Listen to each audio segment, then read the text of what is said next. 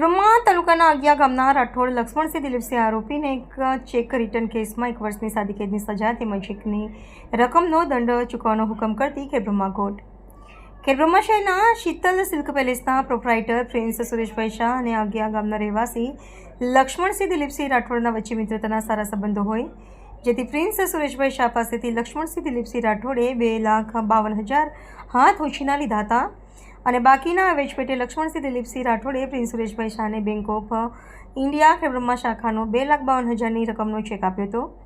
જે check prince Sureshbhai શાહે બેંકમાં ભરતા લક્ષ્મણસિંહ દિલીપસિંહ રાઠોડના બેંક ખાતામાં ચેકની રકમ જેટલું જરૂરી ભંડોળ ન હોય ચેક પરત ફરતા પ્રિન્સ સુરેશભાઈ શાહે લક્ષ્મણસિંહ દિલીપસિંહ રાઠોડના વિરુદ્ધ ખેડબ્રહ્મા કોર્ટમાં ફોજદારી કેસ નંબર 22222022 ધ નેગોશિયલ ઇન્સ્ટ્રુમેન્ટ એક્ટની કલમ 138 મુજબની ચેક રિટર્નની ફરિયાદ દાખલ કરી હતી.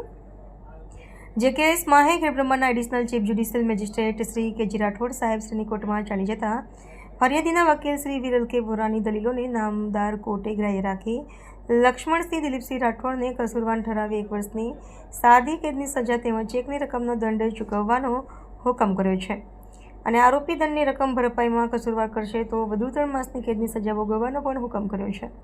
રિપોર્ટર ચંદ્રશેખર ભાવસાર, ખેડબ્રહ્મા.